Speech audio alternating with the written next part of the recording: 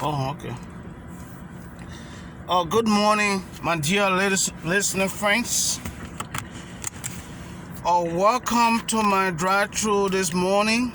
And this morning, I'll be talking about the issue of systemic racism and why all of these atrocities are taking place around us against children, vulnerable kids in our very vulnerable communities. 2016, I participated in a symposium called by Osgood Hall School of Law, York University, and that symposium was organized through the Journal of the Law and Social Policy of Osgood Hall School of Law. And I was recommended and shortlisted to participate, which I did to the fullest. And over the years, one of the issues that I discuss and always talk about, because for me, I like to look see the problem, and the next thing is to find solution to a problem. That's the only way we can solve problem, by finding solution and going to the root causes of all of these social or systemic problem within the various system and in our society, where the issue of racism and systemic racism, where they started from, where the root causes. And one of my papers I wrote, one of my manuscripts, my unpublished manuscript, I was talking about social service. I said, most of the problem of racism start from various homes. What a black home or white home. There where the issue of racism start from. Let me give you an example. If a white kid, come from a very peace-loving family, a family that loves everyone, that doesn't have any boundary, you see that home training and value within that child. Whether she goes to school or interact with her friend, you'll see the difference. It same as the black family.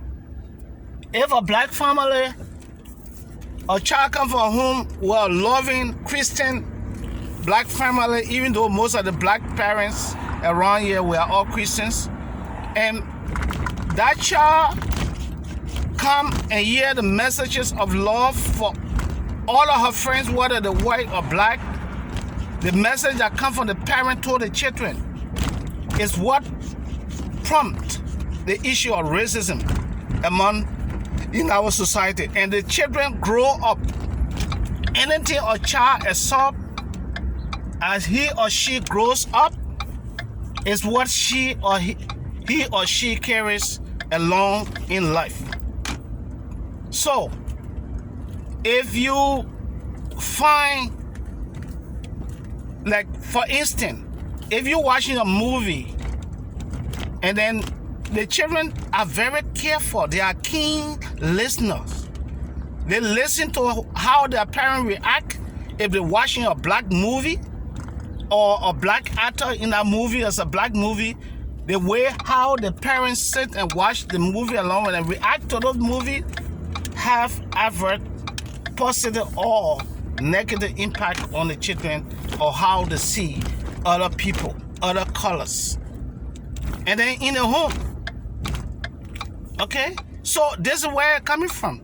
Because if we spread good messages to our kids, and there's a lot of parents or white family that I came across, and most of them I came across are very good people. They always say, Isaac, we see all human beings as the same.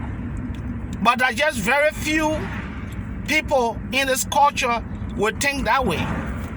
But sometimes what the culture demand causes people to lose their grip on their values.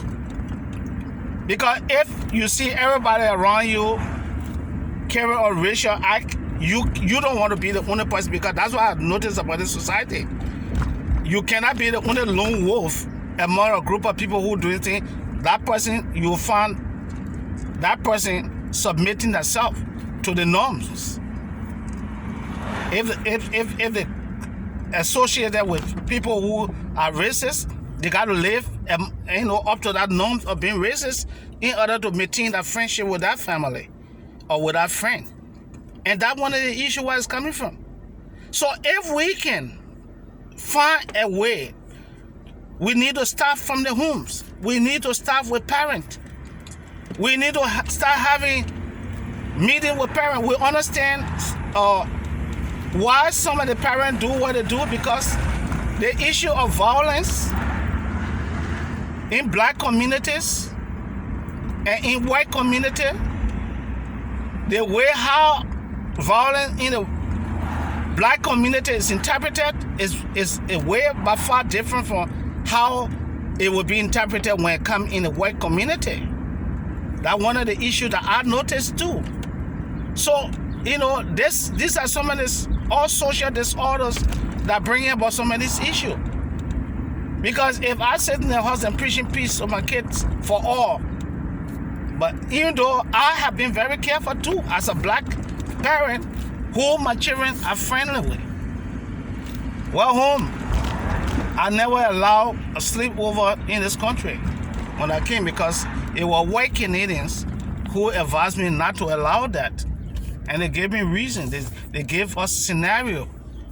But it was the norm of the society where the children were used to a sleepover, going to go sleep over. It happened to my oldest daughter, who is 22 years old now. She went for a sleepover. And I never slept throughout that whole night. I didn't sleep until they brought her home the next day. I never slept. So this is what it is. So the society, we need to stop correcting the society from homes. Because if a 20-year-old kid can go look at people and run through them, what message, where did he get? Did he develop that message on his own? Did he hear it from somebody else? How did he get to hit, certain group of people to that extent of running into them with his vehicle to kill them? He's 20 years old. You're almost like a minor. So where did he get an idea from to do that? Who supported his idea? Who did he discuss it with?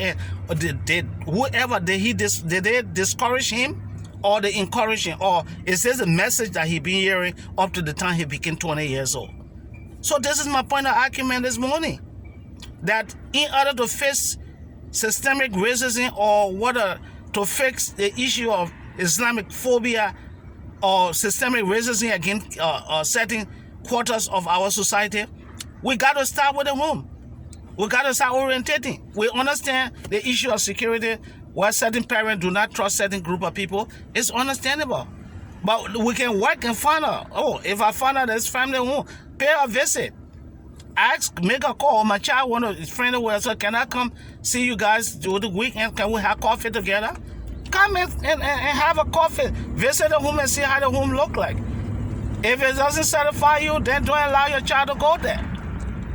I won't blame anybody for that.